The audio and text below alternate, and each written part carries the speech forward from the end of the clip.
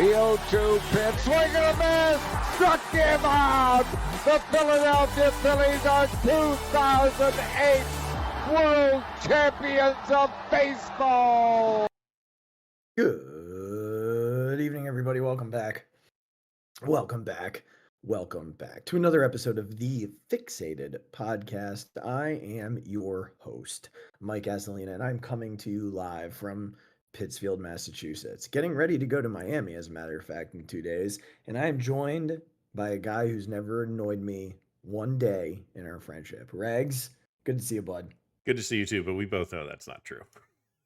If you can point out a time that it happened, I'm open to it. I mean, I did concuss you in the middle of a street in Austin, Texas. You were a little annoyed with me after that. I mean, I don't know that I was annoyed with you. I was annoyed that I was concussed during our buddy's bachelor party, but deed from doer, man. Separate the deed from the doer. The situation was annoying. You are not. Well, yeah. Never, obviously not on purpose, which is probably my only saving grace in that whole situation. Is that you were excited. I was. I got a little overexcited. No, but I'm sure there's been plenty of times though I've annoyed you, which is okay. What is a friendship, right? Without ups and downs.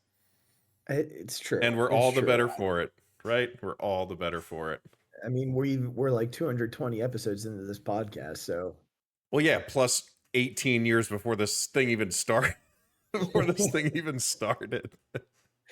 true. It's very That's why these intros are so good, because we have such a long track record of shit we can talk about, and just for any amount of time at any given time. It is in a bank. It's in a bank that we have all of these little scenarios that we could just dream on. I think we say this now. I think we say that like episode 1000 is just a look back at some of our most like ridiculous stories. I mean, Regz, if we've got 800 more episodes, maybe 500 will do it. I don't know that I'm going to have the memory to recall all those. Right, maybe 500. Regz, I left my hotel key in the room again. You did it today. again? The gym. Yes, it happened again today. I went down to the gym and I realized that I couldn't get into the gym without it. So I reached in my pocket and I was like, son of a bitch, I did it again. So I had to ask the woman, and she goes, do you happen to have ID with you? I was like, ma'am. If I'm leaving my hotel card in the hotel room, I don't think I have any ID on me. It's, let's like you can come with me and make sure nobody's there. Like, absolutely. I said, once you give it to me, I will literally go back up and bring it back down if you need me to. But yeah, dude, the memory is already... all right. Yeah. Well, look, we'll call it 500, but let's get to why we brought this up in the first place. You and I both had some experiences at our most recent Phillies game with some neighboring fans. I don't know if you want to go first or you want me to, but it was something special for me. Why don't you go first? I'm really curious. You haven't told me yours. I haven't. I only texted you. Yeah, you wanted me to wait, so I need to know what happened. So, we went with my oldest and my youngest, and I invited my two brothers, because Angela and my middle son, his baseball games got moved to Sunday. He had a friend's birthday party, so they weren't able to go. So, we got there early. Everything was great. Wasn't too crowded. Got food, all this stuff, sitting down. Game's, about to start, everything cool. And so we sit in the first row of section 206. So in front of us is nothing, right? Just the plexiglass, and then, which is great. Nobody in front of you, gives you a little more leg room, good stuff. These two, I can't call them men, and they weren't boys. But these two people come and sit on, so we have we're right up against the stairs, so across the stairs in the first row. They come and sit down, and if I can just describe what they're wearing, I feel like it'll help paint the picture.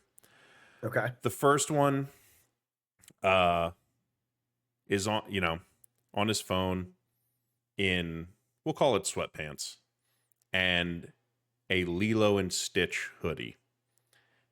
and he's probably in his mid-30s. Oh my gosh. The second one is in brown cargo shorts, Oh boy. a black t-shirt that's 2 sizes too small, with white socks and black shoes. Oh man. I mean, I am all for not judging a book by its cover, but As am I, but I feel like it only enhances the story in this audio podcast. Again, as no judgment, as a heavy set guy myself, they are not in the best of shape. Okay. Just to paint the picture a little more. Okay. Again, they're out here.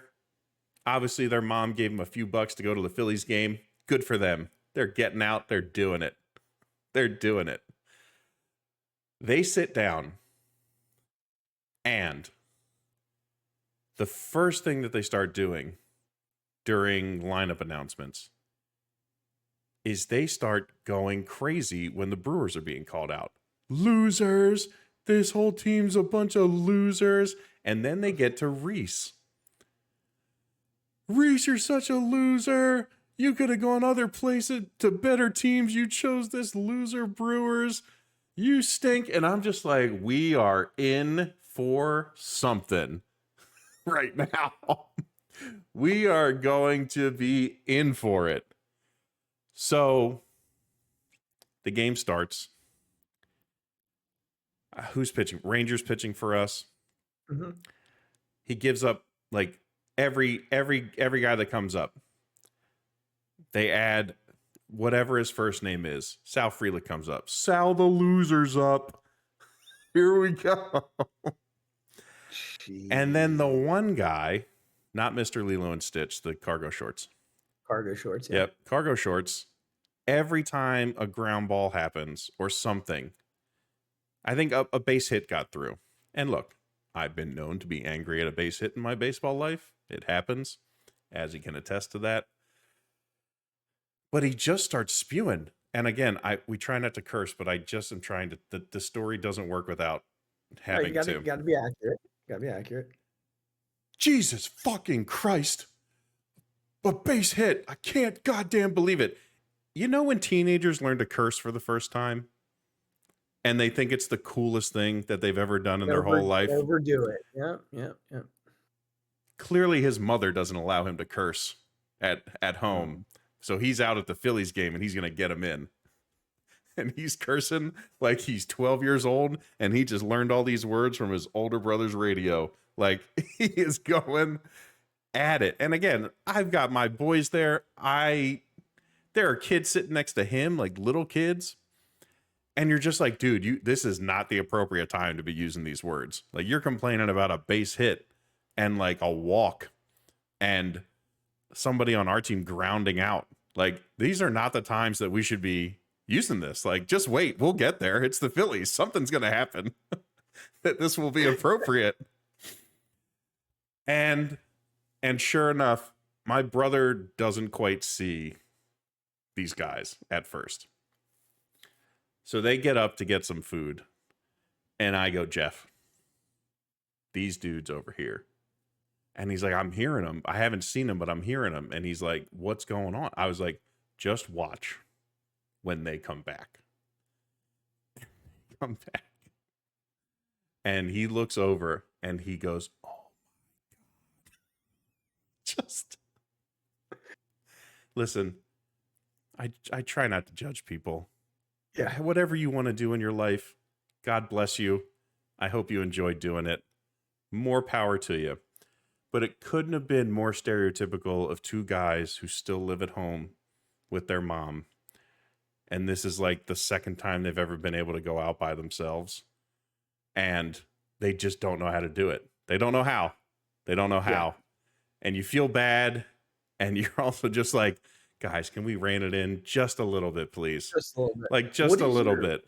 What is your threshold as a dad before you finally say, yo, chill?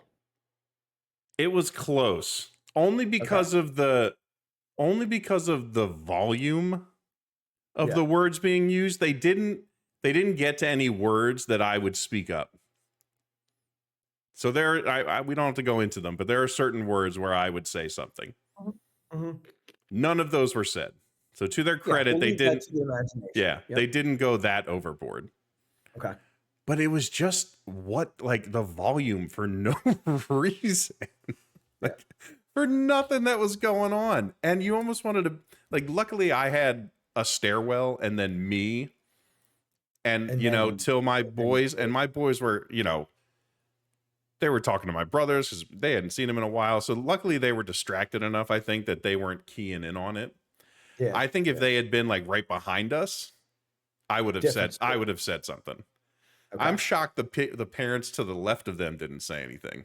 Right. Because they had two little kids younger than my youngest. Yeah, just some self-awareness, some social awareness. But I don't think they were severely lacking in that department. Yeah. And it was just, man, you try not to. God, the stereotype was really hitting on these guys. Yeah. No, I hear you. It was something, buddy. It was something. My situation was different. It's interesting that we had two fan experiences, but in very different views. Mm-hmm. So while yours was more language and volume, mine was just this arrogance and know-it-allness. Now it's going to sound like I'm kind of talking out of both sides of my mouth because I'm going to talk as though I know all, right? But there were sort of two situations, both male-female couples, not with each other. The one was directly behind me, and I did not mind this person as much. Similar to your stereotype scenario, that's what this was, right directly behind Andrea and I. So Andrea came with me on Sunday, and our seats are in 420. We're in the second row in 420, and basically just 5 seats in, seats 5 and 6. So there was a couple directly behind us, and they seemed very nice. The girl knew nothing about baseball at all, which is fine. You're there to enjoy whatever, right? I used to get super frustrated when people would talk throughout the game, but it doesn't bother me anymore. That was when I was young. Not anymore. I appreciate that she wanted to know. She was asking questions and so on and so forth. But this was your stereotypical boyfriend wanting to impress the girlfriend, but he didn't have the knowledge. Yeah. So it was the amount of times that I wanted to turn around and answer for him, because it was no, that's not why. Yeah. So there was a foul ball off of JT's foot, but it was fair. And he's like, I don't. She was like, well, that was in fair territory. He goes, well, it must have hit foul first and then gone into fair territory. You know what I mean? He was really trying. I was like, oh my God, dude, no. No, it hit a guy, right? So those sorts of things. So there was that, and that was pretty much consistent throughout the game. She asked a lot of questions, and he just could not provide answers. So my guy, if you were behind me, let's jump on a Zoom, and I'm happy to we'll run through them. We'll run through. This should be a consulting business we have. Actually. We'll discuss that off the air. All right. So then this is pretty typical. There's a two gentlemen who usually sit over our left shoulder, a couple of seats down. These two are so annoying that my mother, during the game she went to on Mother's Day with my cousin, turned around and told them to shut up multiple times because of the negativity that they just ooze the entire game. And so I don't love going to our seats because of these two. It is there, literally everything is a negative. It does not matter if a dude is 3 for 4 in the one at bat they have where they don't get a hit, that player immediately sucks. Immediately. And I do my best not to turn around, not to say anything, because everybody else is doing it. All the other people around me are turning around and looking at these two because it is all game long. My mother turned around and did it at a game I wasn't at. I would have loved it if I were there. But this time it wasn't the two guys. It was a guy and his girlfriend. So again, we had the couple dynamic. And I have not seen her before. I've seen him many times. He's had these seats for at least 5 years now with his buddy. Buddy might not have been able to come. Whatever. He was much more tame this game. Hmm. But there were a couple of instances that, oh, it just fueled me.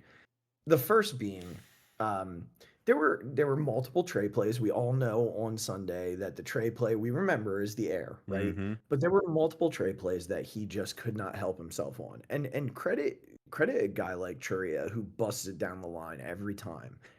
All those Brewers do. They all busted it down the line. That's why they're playing well right now. They play hard. But like the initial one where Trey did everything right, Regs. He did literally everything right. It was hit to his right. He set himself in a backhand, picked it clean, pulled it from the glove cleanly, threw it across the diamond cleanly. The real fault was on Alec Boehm. I don't blame Alec because he's not a natural first baseman, but he didn't stretch. He just let it come to him, and Churio beat it. If he even stretches a little bit, Churio's out. But immediately, this guy goes, just the arrogance, right? I mean, they should. I say it all the time. They should switch Bryson Stott and Trey Turner. But what do I know? You don't know shit, bud. Like that is the dumbest. That premise of thought is so obnoxious. So let's go ahead and do this. Let's take the weak spot with Trey, who yes makes mistakes, but also makes a lot of plays that like you know you don't anticipate. Like the left, it's always the ball right at Trey that he can't get. I digress. Let's move Trey from short and move him to second and put Bryson Stott, a Gold Glove caliber second baseman, at short, a guy that the team did not feel was a shortstop, so they moved him to second base. Let's make two positions bad instead of just one position bad. Cool, good argument. You clearly don't know anything. The second thing he did, and I'm going to leave it here because I think he said multiple more things, but this is the one that I think epitomizes this person's approach. And he has always, in the last 5 years, 3 years prior to, been a Reese hater. Like during the postseason, they were booing Reese, he and his buddy, during lineups. And Reese homered twice in that Padre game, and both times my drunk ass turned around and looked directly at them. So Reese comes up in his first at bat, and he and his girlfriend weren't there yet. The second at bat, they announce Reese, and he immediately screams, "This guy sucks. He cost us the World Series." Dude, when I tell you, including me, 4 different people turned and stared at this guy. And he just looked straight ahead. He could feel the eyes. His girlfriend looked right at me, and I just did not stop looking at him. Did not stop looking at him. And they got up and left after the inning, and we didn't see them the rest of the game. Regs, you correct me if I'm wrong. 8 other guys participated in being no hit in the World Series, right? That what? Sorry. 8 other guys participated Oh, yeah. in being no hit in the World Series, right? They sure did. Yeah. And would the Phillies have gotten to the World Series without Rhys Hoskins that year? No. Did the Phillies return to the World Series when Rhys Hoskins tore his ACL the following season? No. Oh, so the theory is incorrect. Like those are the people that I wish like we had fan cards and then I could say, sorry, give it to me. You don't get to keep this. Someone else is taking your seat. Or at least you have to go do this at home. You can't do this in public. You don't get to keep this card. Yeah. This is now removed from you. This is now removed from you. There's a lot of those on social media the last couple of days. I got into it with a couple of fans on social media today. Just, the inability to take baseball for what it is in a day by day, game by game of people is just it's a wreck. And it's like their response to me is, well, then you just don't want to win a title because you're good with status quo. No, I've been a season ticket holder for 20 years and I've seen bad baseball. I've watched bad baseball. I don't think you have. I think you took those years off. Because if you're this angry about a good team, the team with the 4th best record in the national, or in all of baseball, and the 3rd best record in the National League. You're the problem. You're the problem, right? Like, it's okay to recognize that they have holes. We're going to talk about those holes. That's okay. It's okay to recognize when a team struggles, when they have holes, when there's the warts. But if I can clue you in for a second, every team in baseball has warts. There's not a perfect team. That might come as a shock to you. But every team has warts. The Phillies have far less than most. And even with their warts, they're still one of the best teams in baseball. Oh my gosh. Can you believe it? Sorry. Doesn't sound possible. I don't know what you're talking about. It's those types of fans, man. And I know that they exist. And I'm done with the gatekeeping. But I just wish I wish that, like, if you said stupid shit and the majority of the fan base agreed that it's stupid shit, or like there was like a hierarchy of smart fans and just idiots, that we could take the cards. I wish. Yeah. Anyway. Oh man. All right. We got a lot to get into tonight, and that was fun to start. So all right, let's do Sixers, and then we're going to spend very short time on the Eagles, and then we're going to take the Phillies to court. So, last week we talked about Ace Bailey. We're going to highlight one player per week up through the draft. This week it's VJ Edgecombe from Baylor. He only played 1 season. He was the Big 12 freshman of the year. Averaged 15 points a game, 6 rebounds, 3 assists, 2 steals. Explosive player. I think, his biggest strength is his explosive ability. He's unselfish. He is a natural scorer, but he's not the type of scorer that has to take a ton of shots to score. He is very unselfish and very smart when it comes to distributing the basketball. However, one of the weaknesses in his game is that he uses the athleticism that he is so gifted with too much. Like, he tries to use that to out athlete other people. Now, in college and in certain games, you can do that. He was not able to do that as much against Duke, especially in the first half. Came around a little bit in the second half. But against equal athletes, he struggled. And a little clue, he's going to face some pretty good athletes at the next level. Now, that doesn't mean he can't be coached up and develop the technique that he needs. It's just going to be a hole for a little bit early in his career if he's trying to use his athleticism to outperform NBA athletes. And the other thing that is a pressing piece against him is he does not have the best body control on drives. When you think about body control, if you're not quite sure what I'm talking about, think about Tyrese Maxey. Tyrese Maxey has some of the best body control going to the basket that I've ever seen. So much so that it takes away from the whistle he should be getting for all the contact he gets at the rim. He's just so able to control his body that referees and officials around the league don't necessarily see it as damning to his attempts because he's not falling all over the place. Joel Embiid, on the other hand, not so great with his body control. So VJ Edgecombe, to me, is, I don't think, Regz, that he necessarily fits what the Sixers need. I think size-wise and athleticism-wise, yes, but they need a wing scorer. And I don't know that he's going to be able to contribute immediately.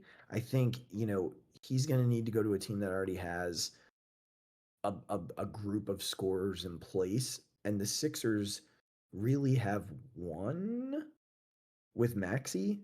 And then if Joe isn't healthy and PG is not PG, then you don't have one, right? So I don't know that he's a fit. I still think Bailey is the guy for them.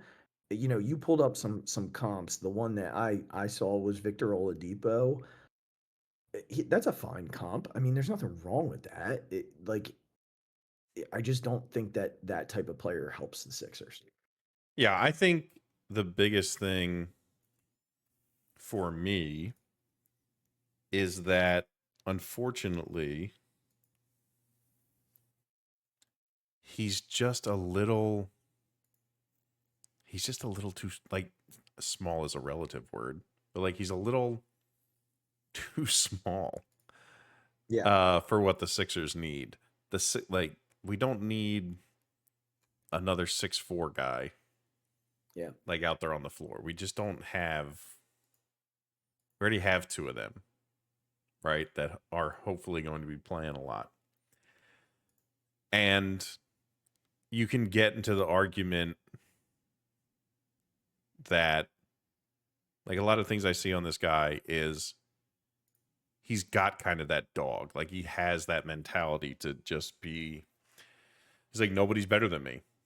And this is how it's going to be. And like you said, he's been able to use his athleticism and that mentality to get through college. It's a little bit different in the pros, where you are with athletes that are just like you all the time, right? Even the seventh guy off the bench is probably just as good an athlete as most of the other guys that are out there. Obviously, there are your exceptions to that rule.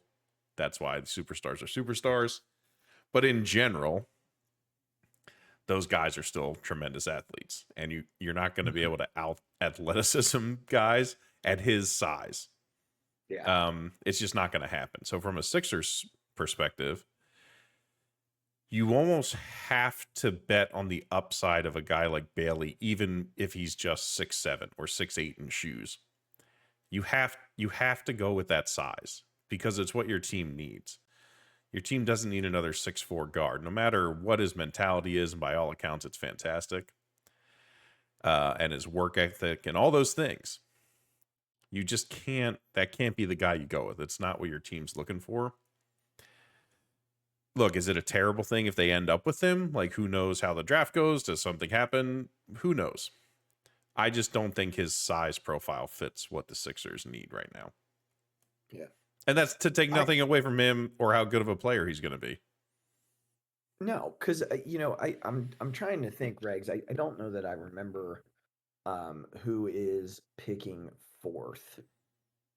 I was trying to look that up earlier, and I totally Hold on. lost. I can get it. Hold, please. Charlotte. You are correct, sir. It's Charlotte, right? Yep. And when I think about them, they've got two good scorers already. Ball and Miller are both like elite scorers in the league. So, and they're younger scorers too. So like, he makes sense for a team like them as someone who can go in, and he doesn't have to be the guy. Mm-hmm. I think the Sixers still need another guy. Yeah. they need another scorer. They do, and that's the upside you're betting on with Bailey. Yeah. Yeah. So I think we're both in agreement that for now, this is Bailey's the guy as of now. We've only done two. We're going to do multiple more guys before the time comes. But for now, it's still Bailey over Edgecombe. Yeah. I would Yeah, not. I think so. I would prefer they not trade back and take Edgecombe, is what I'm saying. I would agree. I think, like I said, your team doesn't need another 6'4" guard. Yeah. All right. We're in agreement. Next week, I don't know who. You know what? You know what we're going to do next week? Concanipple. There you go. Yep. Concanipple. That's we're doing. All we're doing these Duke guys in the top 10. Ugh. Duke. We're not gonna do Malawach because I don't think he's a fit for the Sixers. But Yeah. Concanipple could be. He not at 3. They'd have to move back for him. But I'm a big Knipple guy, dude. Big Knipple guy. All right, let's jump to the Birds. Not a whole lot of new here. Mandatory minicamp is upon us, and not a whole lot has come out over the last week. It's been pretty quiet, aside from the one big thing, and it happened on June 1st when the calendar turned on the league year, and the Eagles did what we thought they would do: traded Bryce Huff. After restructuring his contract, saving about $15 million on the cap, traded him to the San Francisco 49ers, where he reunites with his former head coach in Saleh. And the Eagles get back what was called a mid-round pick, but seems to be a Conditional fifth that could be a fourth. Yep. Could be a fourth, but we don't know the conditions. No, we don't know that yet. Yep. And certainly, look, just a few notes on this. The first being, we talk all the time about Howie and his rare misses. He's had few throughout his career. Like Namdi was a miss. Bryce Huff is clearly a miss. He's had other ones throughout. Nothing as big or as volatile as this one, or like even Namdi. But this was a pretty big one Mm-hmm. last year. For a guy that you're paying that type of money to be a healthy scratch in the Super Bowl is pretty telling. He never seemed happy. He never seemed bought in. I don't know that he meshed well with Vic, Yeah. and that might have been part of it. Vic coaches hard, and Bryce Huff does not do some of the things well that Vic Fangio requires of his edges. So there might have been a little falling out there. I mean, we watched this dude cause a fumble in a game and not even celebrate. When he was traded, his Instagram post was him wearing an Eagles like basically like dry fit and giving the peace sign. So listen, guy, like we're good. Like no one even cares that much that you're gone. We're we're here to talk about the return and how he got out from under your putrid contract. So we're good. You peace out to you. Enjoy San Francisco, and being with Nick Saleh again. Like cool. We'll see you probably never next year because you're all gonna suck. But the for me, the return is what matters. And what it tells us in terms of the defensive end room, it also matters because this was already a very thin group as constructed with Huff. Now that Huff is gone, and again, things don't work out. I also saying what I said in jest. I don't feel any ill will toward the guy. I Yeah. should go back and say Yeah. that. I feel no ill will. Like it just didn't work out, Yeah. right? Like these things happen. He might be successful going to San Francisco. I think he's a better fit there anyway. But Yeah. We can also call a spade a spade. He didn't want to be anything more than what he was. yeah, He wasn't he's one of willing. He wasn't willing to do the things that Vic was asking him. yeah. It's not that he's obviously not an incapable athlete. No, no, he's playing in the NFL. He didn't want to be an effective run blocker. He didn't want to set an edge. He didn't want to drop into coverage sometimes. He wanted to rush the quarterback. And even when he tried to do that, he was ineffective for whatever reason. Yeah. So, like, look, despite what I take nothing away from that. He came in before, right before Vic, right? Mm-hmm. And it didn't work out. But let's not get it twisted. He didn't make a huge effort to buy into this. No. He saw how this was going and kind of just was like, yeah, we're just not going to do it. Yeah. I think I think at the end of the day, sometimes things don't work. Yep. He was not very invested. The team, clearly wasn't as invested as in keeping him and it was a thin group and they said, see ya, we'll figure it out. Mm-hmm. And they're depending on third year edge Nolan Smith, second year edge and Jalix Hunt, and a couple of, risky free agents off the street, Josh Uche, Azeez Ojulari, right, to take the step forward. That being said, they're not stopping here. They're going to make another move. They have 13 draft picks in 2026 after this move. They're not taking 13 picks with them into the draft. So could it be a trade? Sure. I initially messaged you and said, which of the three do you want? And gave you the three big edges that are available via trade. After doing a little bit of digging and research, I don't know that that's going to be the move because that's going to be a big cap hit. They have 45 million in cap, but they always like to carry cap over to the next year, and so I feel like using that money to bring in a ring hunter would make a lot more sense. And there, you've got to consider what Vic requires of his edge rushers. Yeah, right. They've got to be able to play the run. They've got to be able to drop. A name that someone brought up to me was Jadeveon Clowney. he does not drop into coverage. He's a very good run. Like, he plays the run very well, and he can get to the passer. We know that. Those two things he does well. You have to do all three to play in Vic Fangio's scheme, as we saw this year. Bryce Huff only did one of those things: get to the passer, and he didn't do that very well with the Eagles. The other two things he didn't do. Clowney does two of the three. Here's an interesting name. He'll be 33 this year. He's technically listed as an outside linebacker because he does drop, because he can set an edge, because he does good to the passers. Darius Smith. That's a name that I would keep an eye on for the Eagles.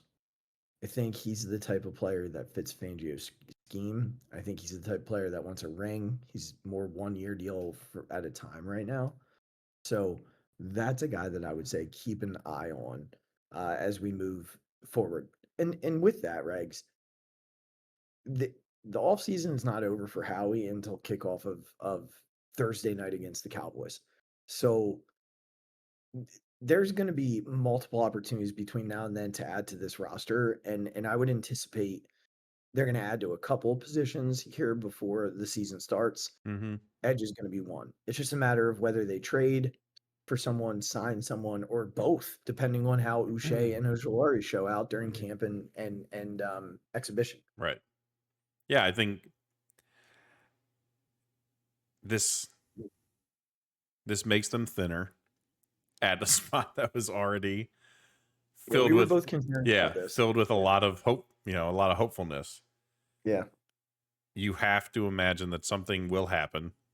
We know it to be true that they are willing to go and sign guys on 1-year deals to bring them in as depth pieces to hopefully buy into the system and see whatever ounce of talent they can still squeeze out of their bodies at the time of their career they're at.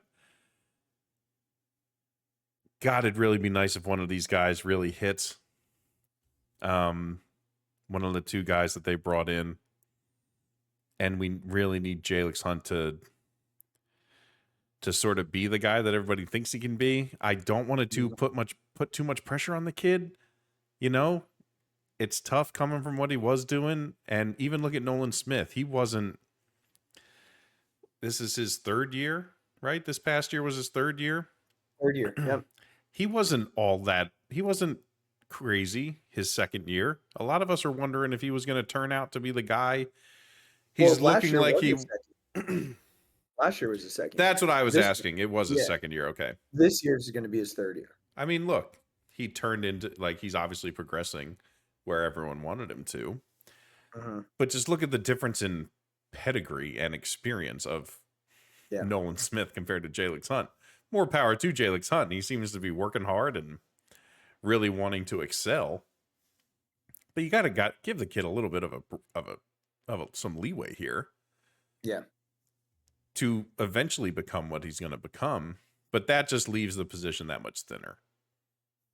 Which I don't want to blame Jalix Hunt for. It just kind of is what it is. And they'll do something to shore up that depth. They're going to have to. Yeah, they're going to have to. And they need a grown up in the room. Yes. I don't think it's fair to ask, Azeez Ojulari and Josh Uche, who are new to the organization, to become that. I don't think it's fair to ask Nolan Smith in his third year to become that.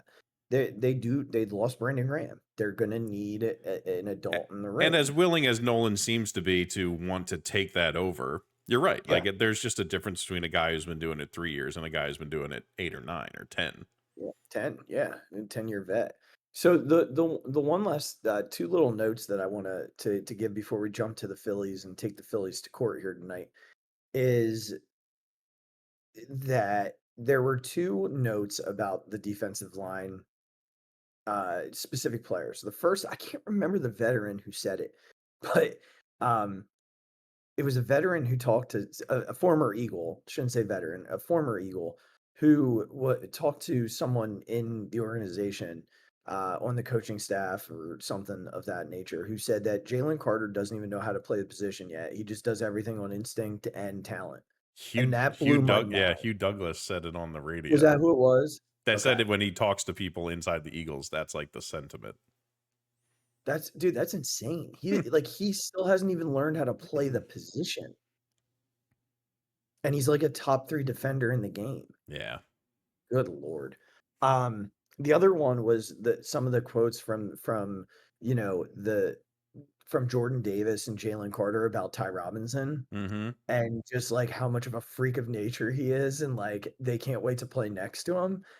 And I don't take that as lip service. Like those dudes aren't going to just, they're not going to just say stuff. Like if they say it, they mean it. They Yeah. don't pull punches. Those kids, Yeah. like that's exciting, Regs. Yeah. I'm really hopeful for him. I think, Ujima is going to be still really good. I'm excited to see his progress with more and more playing time. I thought he was like really good in his snaps last Yeah, year against yeah, the run and even getting to the quarterback. And again, a place where everyone not questioning the depth, but a place that they had to sort of address and get some more guys who were going to be able to play next to Jalen Carter and provide that pressure and that ability to stop the run and all those things while offensive lines are keying on JC. yeah. And that's great. I love that they're talking about him like that already. It's a big deal, man. Like that's high praise from a couple of guys. I'm also very excited to know that Nolan or not Nolan, um, that Jordan Davis is in the best shape of his career, which I feel like we hear every year Yeah. about different guys, but Yeah. we're yet to hear that about him. So it's good. It's good news that we're hearing about him now, and that he's in the best shape of his life. That's Come awesome. on, Jordan. We've always believed in you. Yep, they already picked up your option, I know. so We gonna need you to deliver here, pal. yeah, gonna need it. Gonna need it. All right. Wanna jump to the baseball team? Yeah. Hey. So look, there's not much to say. Swept by the Brewers, lose 2 out of 3 to the Blue Jays. I told Riggs earlier, they just unfortunately came across these two teams at their absolute hottest. These two teams are just scorching right now. And look, the Blue Jays, credit where it's due. That bullpen is ridiculous. They have dudes coming in throwing all kinds of stuff. You watch our bullpen, then you watch that bullpen, and you're like, whoa, Yeah. there's a big difference there. Honestly, watching all of those guys pitch over the last couple of days, I Jeff Hoffman's not even in like my top 4 on that in that bullpen. They just bring in like just bullet makers. Like the one lefty hasn't given up a run in 17 innings. It's insane what like they're bringing out of that bullpen. And they had two pretty tough matchups from a starting pitcher perspective the last 2 days. Barrios is one of the better pitchers in baseball. I believe that full throttle. He is so good. He's not talked about enough. Nothing that I texted you last night, nothing he throws is straight. Not a single pitch he throws is straight. And then they face their built-in a lab nightmare today in Chris Bassett. That dude has killed them since he was a Met. They cannot hit him to save their lives. So just a really bad run of 6 games here. So 1-5, not 2-4, 1-5 over their last 6 games. They're going to Pittsburgh. They've got 2 lefties to start the series, and then they get everybody's, Yeah. everybody's man, Paul Skeens, on Sunday. And it's a bullpen game tomorrow. Jesus Luzardo didn't really help matters today by having to use the bullpen as much as they did today.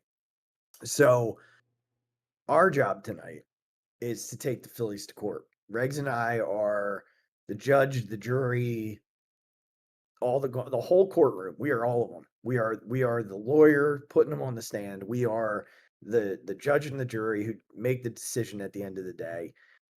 Who is most guilty for this 6-game slide? And we've got 6 groups listed here. We're each gonna, go. We already know who they are, but we are going to present a case against each one, and then we're gonna rank them from 1 to 6. 1 being the most guilty, 6 being the least guilty of these 6. After hearing, the discussion. So, Regs, would you like me to go first tonight? Sure. All right. I'm going to start with the guy we just mentioned, Jesus Luzardo. it is crazy to me that we are having this conversation right now. Jesus Luzardo a week ago was on every Cy Young list on the planet. He was probably going to start the All-Star game. And now we blink, and not even 7 innings later, his ERA has doubled. He has given up as many runs in his last 2 starts as he did in his first however many starts he had previous. This turnaround is scary. He has put them in a bad spot twice in the last 2 series. His start against Milwaukee became a meltdown after the balk call. Today, it became a meltdown after he gave up a 1-out double. And it feels like when he's faced with adversity, he's not able to settle. Up until the Brewers game, he hadn't been faced with a ton of adversity. He's had some struggles, but even that Oakland game, he had a 4-run first. He did recover, but it was still a 4-run first. And then the 4-run first against Milwaukee, then the blow up 5th. And look, Regz, I know that people were mad that Topper didn't pull him. And today they did. But at some point you gotta be able to stand on the mound and eat it and do it for your team. And that's where Taijuan Walker got a lot of my respect last year when he was getting beat up out there, but he kept going out there and he was grinding and battling. And I don't care about his stats. I don't. He has really screwed them over these last 2 series with these performances. He didn't give him a chance. He hasn't given him a chance. The offense hasn't been good in these 2 starts, but I mean, they just he's not giving them a chance, and he's melting down. Yeah. Now that being said, before I turn it to you for your response, I'm not ultimately concerned about him long term. I think the truth is somewhere in the middle with Jesus Luzardo. He's not the dominant guy that we saw the first 8 starts or whatever it was. He's also not what we've seen the last 2 starts. Part of me wonders if a little bit of this is, I've thrown a lot of innings already. He's already exceeded what he threw all of last year. He's been used a lot. And I wonder if his arms, he's not hurt, but I just wonder if he's a little gassed right now, because the velocity is still there. The stuff is still there. It's like he's just not locating right now. So mechanically he might be off a little bit, and that could just be he needs rest. And if Aaron Nola could get back, then they could give him a little bit of an IL stand and get him some rest. But right now he's gonna have to go out there and battle. It's either that or he's tipping pitches, but he has really put them in a bad spot these last 6 games or these last 2 starts, to the point where it's been worse than watching Taijuan last year, Rex. Yeah, it's tough because we all know what we think about Jesus Luzardo, and obviously, I think you're exactly right. He's not. We all know he has the stuff to be that guy. He's been over his first 8 starts. He's never shown to be that guy for a whole season. And much like Ranger last year with how he started his season, I think all of us were like, okay, we know Ranger's somewhere in the middle of these. Like, he's not the best pitcher in baseball, but he's certainly not this guy.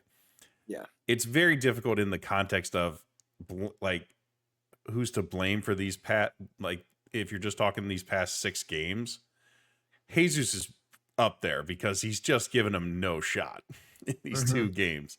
And while I feel that they will figure something out with him, whatever it is that's been going on, it's tough not to. He has to have some blame for this. He's been terrible in the 2 starts he's had, in the worst 6-game stretch they've had in quite a while. So this one's tough because I don't want to bash him because he's been so good. But if we're just talking this 2 series, stretch that we've just had, he's unfortunately pretty up there on the list because he just, like you said, has not given them a chance. Yeah. In these games. Yeah. So, I mean, when you're talking about taking him to court and his level of guilt for their recent struggles, it might be number 2. I was thinking 3. That was my initial thought, and then I'm like, is that too low? I don't know, man, because he's a once every 5th day guy. We've got some guys on here who are committing mortal sins every night. I think three's right. 3 was my initial thought. All right, let's do that. We're gonna put Jesus at 3. So I think that's a good spot for him. All right, you can choose. Yeah, this one. Okay, I'm calling to the witness stand Rob Thompson, specifically for the lineup cards he keeps throwing out there in this 6-game stretch. Apparently, Rob Thompson's soft spot is guys who can't hit and just throwing them out there over and over again because they'll get it. They'll figure it out. Weston Wilson is hitting what, 187? I don't even know if it's that high. Let's call it 160 just to be in the middle. While you're making Thank you. Here. Thank you. Is hitting 160. And all he's facing is left-handed pitching. He's not facing right-handed pitching outside of a few at-bats. So in the thing he's supposed to be here for, he's hitting less than 200. 172. There you go. And 30 at-bats. Thank you. You're welcome. So let's call it 20 at-bats against lefties, if we're being generous. Yeah. For 80% of the only job he has on this team, which is to hit left-handed pitching, he's been horrific. Yeah. Brandon Marsh is a hesitant center fielder who does not command an outfield,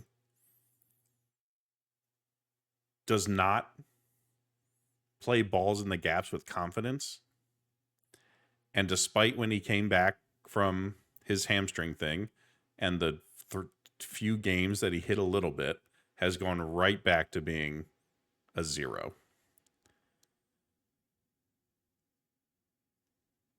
I know we have to get listen, we love Edmundo Sosa, we know this. He is in his exposure time. Like, we've hit that time where he went on his hot streak, as he's prone to do, and it's over. He's gotten too many at-bats now. He's back to being Edmundo. And look, we love him. I love Edmundo Sosa. But these lineups against left-handed pitching, like, you'd almost rather have the Iron Pigs lineup outside of the obvious guys. Like, you'd almost rather swap them with the guys on the Iron Pigs. This, plus the fact that he continues to put Bryson Stott at the leadoff position, when I'd love to know what he is in these 6 games. Like, I'll look it up in a second so I can give actual numbers. But maybe he's hitting 200 in these past 6 games. I don't think he had a hit this series. There you go. Why do we continue to do this?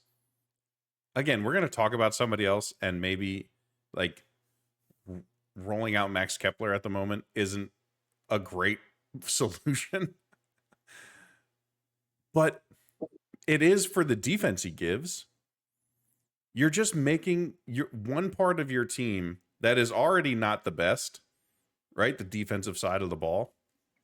You're making it significantly worse for no upside. For no upside. Just because you think there's a matchup here. There isn't. There isn't. These guys aren't doing what they're supposed to be doing. So yeah, when you keep rolling these lineups out there that are shoddy defensively, and oh look, Weston Wilson misses a ball in the outfield, like why throw out a guy who's hitting 170 against mostly left-handed hitters? Kepler could do that. Kepler can hit under 200 against lefties. He's doing it right now. Under 200 against everybody right Exactly. now. But at least he plays a decent left field. Yeah.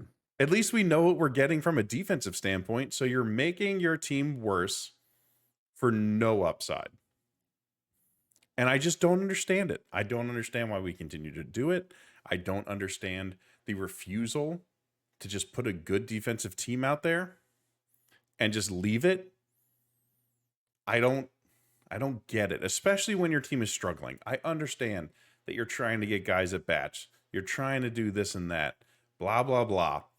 But not when your team is struggling. Not when your bullpen just took the hit like Alvarado. Not when you know that you're going to have to grind out every game because Bryce was out for a few games. And whatever else is, Nola is continuing to be out, and you're bringing up Abel, who again has been fine, but you're bringing up a guy who you don't know. You're going to need all the defense you can. I just don't know why you make your team worse with no upside. All right, cross-examination here. I think my challenge to all of this and why I'm going to defend Topper a little bit here is you can only play the cards that you're dealt. And he is dealt stars like Bryce and Trey and Kyle. He's set in right field. He knows who's going there every night, right? It's always going to be Nick. It's always going to be Alec. It's, hopefully always going to be JT. So those things are set. The other positions are just so up in the air because they haven't done enough to provide him with the pieces, or the pieces that they've given him haven't developed in the way that you'd anticipate. We all thought Bryson Stott 2 years ago was just going to be the guy at second base.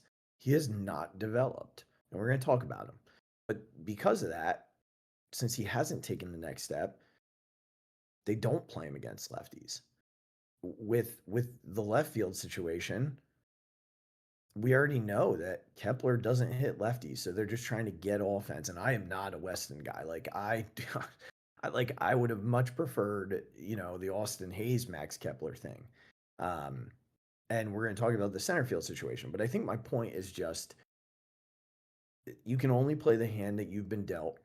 And if you did go in and say, oh, we're just going to go with defense, what does it change? They're still not going to score. And despite last night's game being lost basically on a defensive miscue and Sunday's game being lost on a defensive miscue, they're still going to get their doors blown off last Saturday. They're still getting their doors blown off today, and they're not hitting.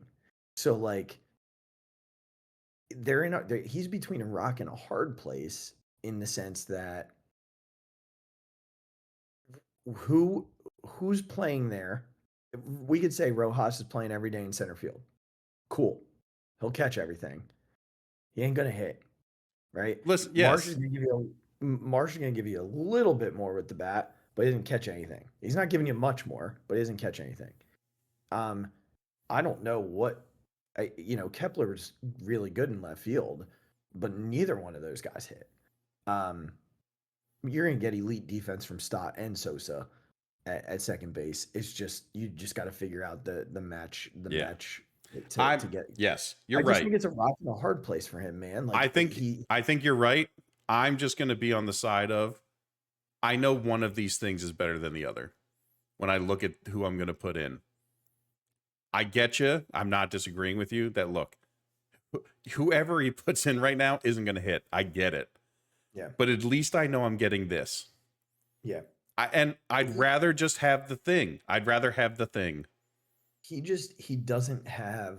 You're right. You're absolutely right. He doesn't have the sure thing that Charlie Manuel had. Yeah, I agree. Time. I completely agree. The Phillies took risks on certain guys when Charlie was there, and the risks paid off. Jason Worth was a risk. He was a low risk, high reward guy, and the reward was high. You know, the three core guys were unbelievable for, that run, and they were able to fill gaps with guys like Polanco and Feliz, and Victorino was a cornerstone who was you ran him out there every day. Pat Burrell went right to Raul Ibanez. Like there was never a question. There just wasn't a question. And for some reason, the teams that the Phillies have built over the last few years, they're always like they've just missed on the everyday outfielders. Like they thought Brandon was going to come here and be a guy. He just hasn't been a guy. Yeah. They didn't go and get the solution in left field, and this is what we're dealing with. Yeah. So look, yeah. for me, Topper, yeah, I think that I've had issues with the lineup. I've said just go with your 9 best. I've said that to you many times. But I don't know who the 9 best are. Like that's where I struggle. I know who the 5 best are, but after that, I don't know. Does that make sense? No, it does. I'm just arguing on the side of I know what my defense is going to look like at the very least. I'm not like I said, I completely agree with you on the hitting side. It's a crapshoot because they do not have anyone right now who has given them something. But I'm just arguing on the side of why make two, like you said, why flip Turner and Stott to make two things worse? Yeah. I look at this and say, while it's a concern, I don't think it's the reason.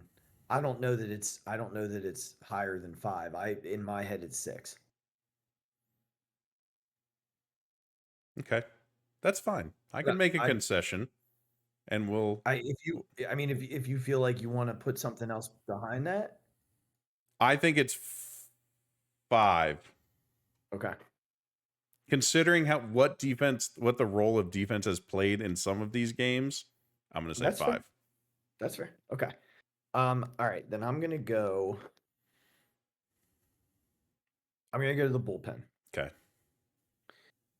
And this might be the 6 for me, because even though I'm making the argument for its guilt, I just think that the Alvarado situation has put them in such a bad spot that the way that it's constructed is they're just kind of grasping at straws. And it's part of the reason why Topper has made some of, you talked about his lineup construction.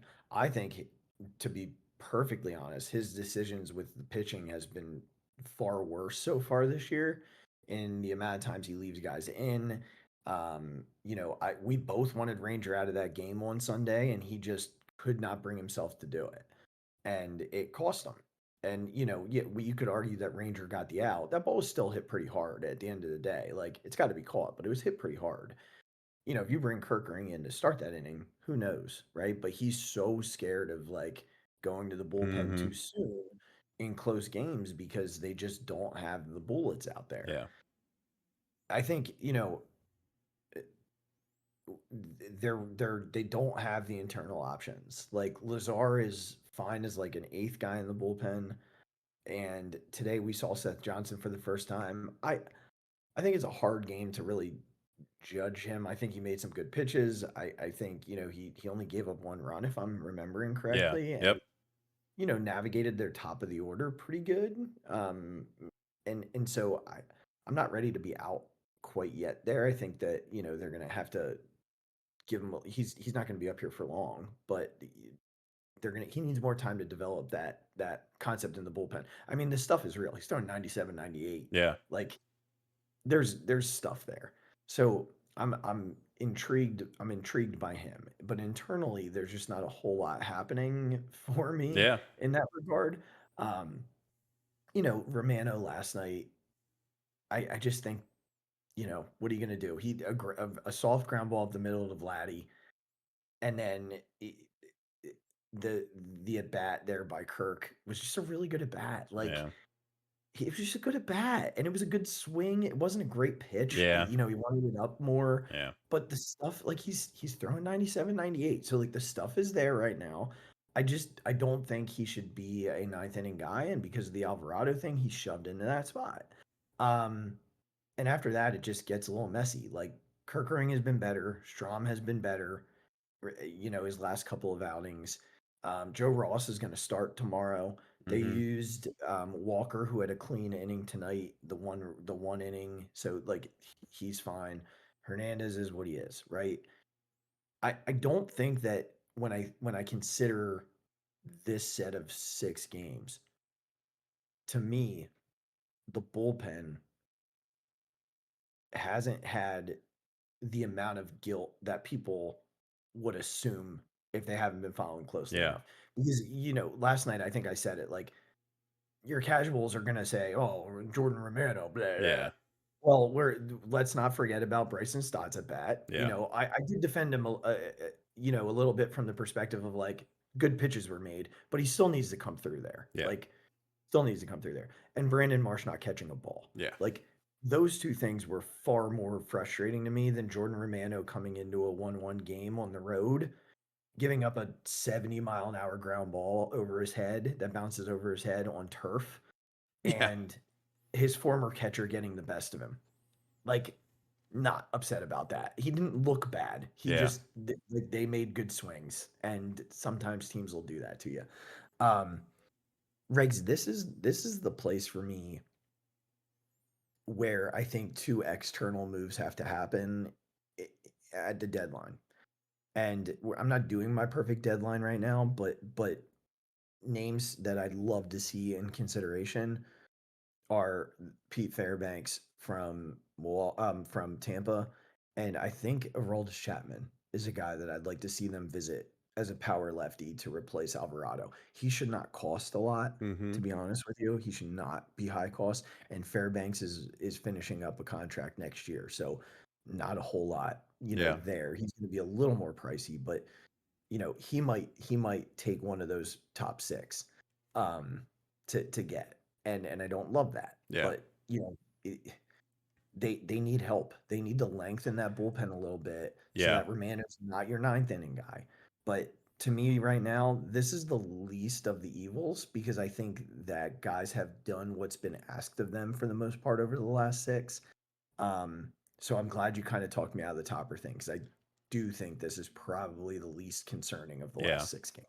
Yeah. In the efforts to keep it moving, I agree. I don't blame the bullpen for a lot of the things in this little 6-game stretch.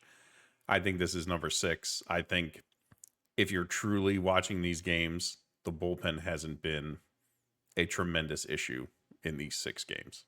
Yeah. Yeah. Okay. I'm good. I put it at 6. You're up. All right. Because we talked about him in my last one, Bryson Stott. The hitter. Let me preface this. Bryson Stott, the hitter. That was going to be my cross-examination because the defense is still I am not, Your Honor, I am not here to argue about Bryson Stott's defense. I want that on the record and stated clearly. That play the other night was one of the most unbelievable plays I've ever seen. Did you hear him say that he's the one who put the umpire in that position? No. So I guess T-Mac asked him about it today and said, "How did you make that play with the umpire there?" He's like, "The funny thing is that I asked him to move there. Yeah. Unbelievable. I put him there. Yeah. It was an unreal play. So again, for the record, and he made another one. Yeah. Made another one today. I have to go back and watch the game today. I didn't have a chance. I was busy. Really have to. Yeah, that's true. Yeah. All right. So yeah, for the record, not arguing against Bryson Stott, the defender. For the record. Yep. The hitter on the other hand, okay, has been abysmal. Why he continues to be at the top of this lineup, I have no idea.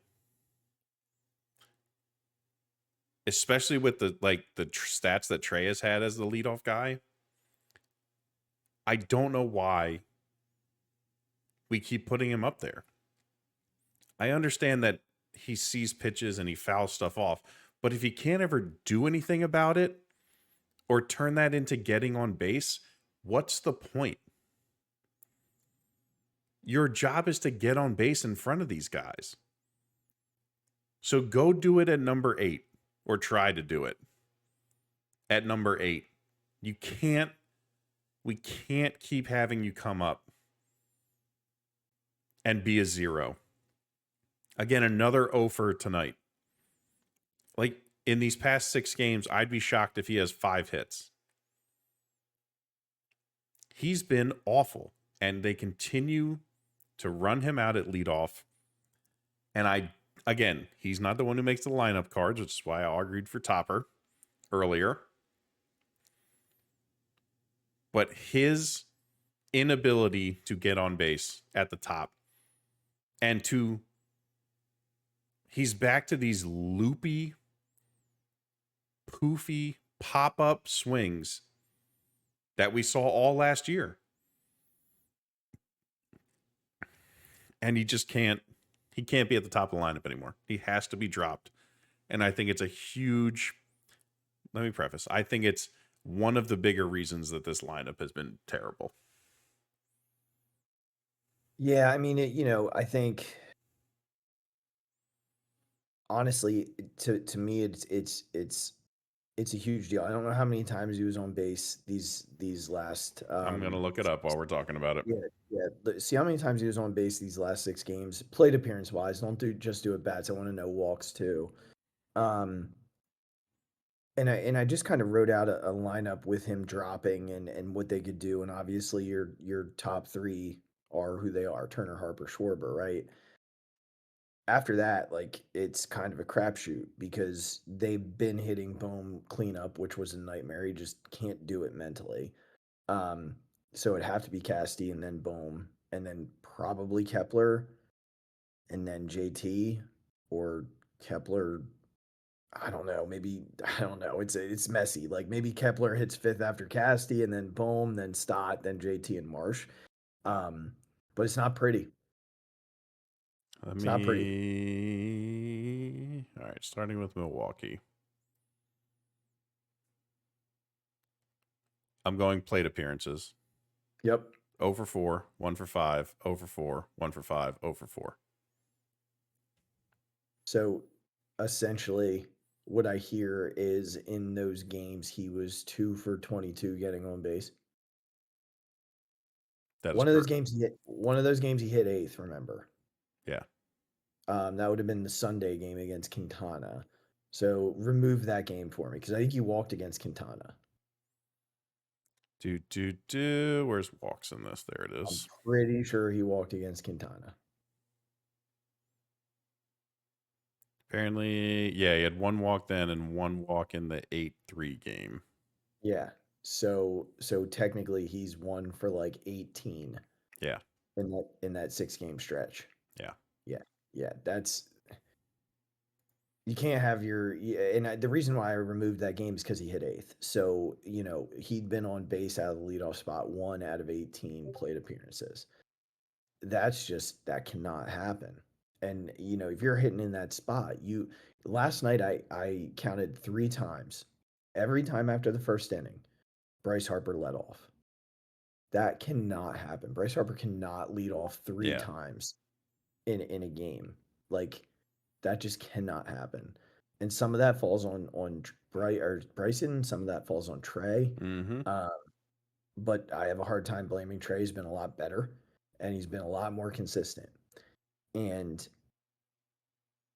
to me, hitting leadoff and not getting on base is the cardinal sin of Major League Baseball or any level. Yeah. If you're the leadoff guy, that is your primary job. Yeah. So the lack of offense over these last 6 games can certainly be attributed to the guy who hit leadoff and 4 of them only getting on base once in 18 opportunities from that spot. And again, that's a guy you're giving the most at bats to. Your top 3 guys are the guys who get the most at bats. Why are we giving it to this guy? Why are we doing it? Yeah. So, is he 1? We've got 1, 2, and 4 left. I mean, when you think about the importance of that spot compared to what's left on our list, I think it's 1. I think he's 1. I think, again, it may seem unfair to blame one guy more than anybody else, but when I think about the importance and the structure of a starting lineup, your leadoff hitter is crucial. Yep. They need to get on base, plain and Mm-hmm. simple. He just didn't do it over the stretch, and he came up with guys on base a lot and didn't come through. Yep. All right.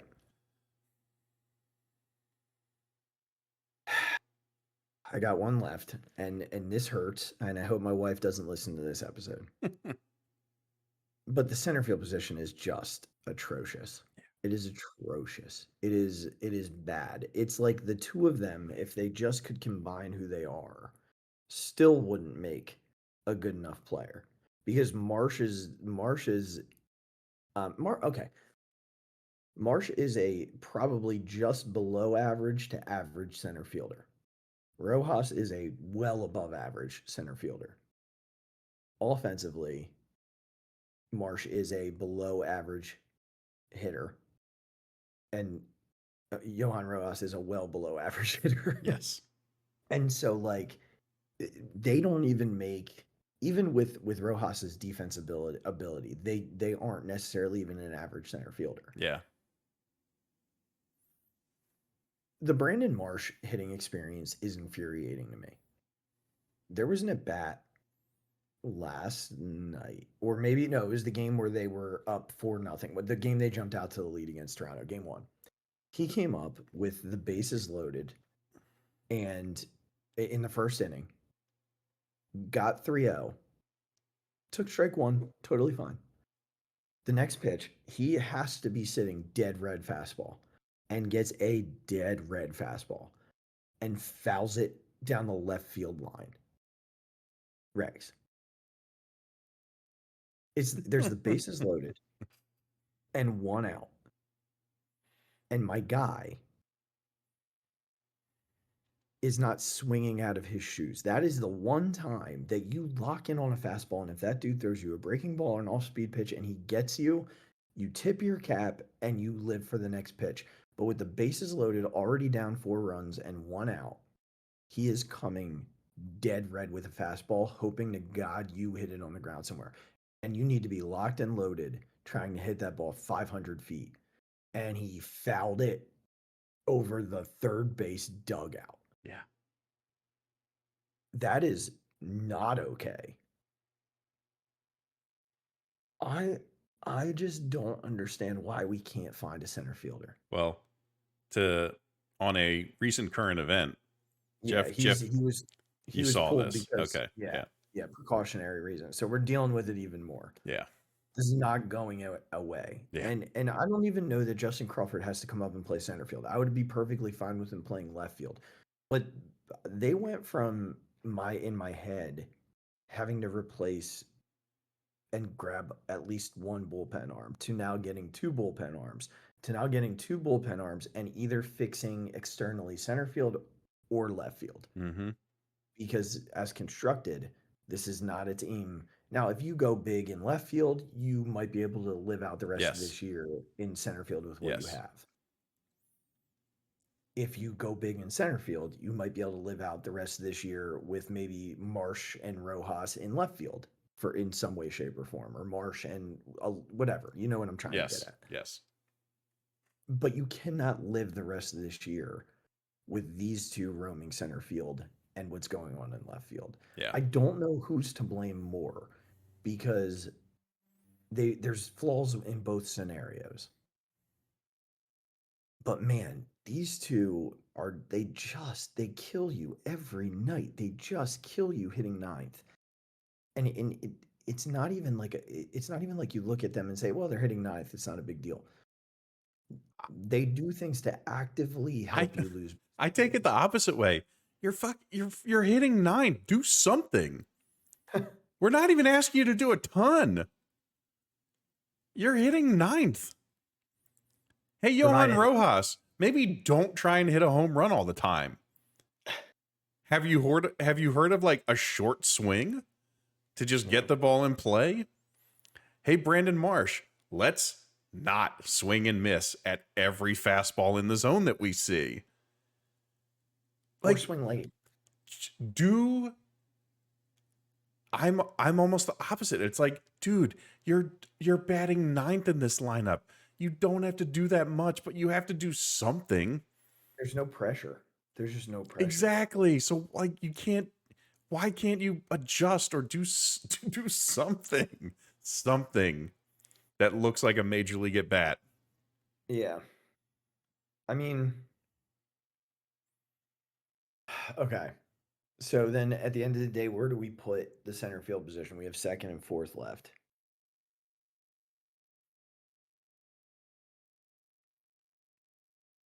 I think it's second.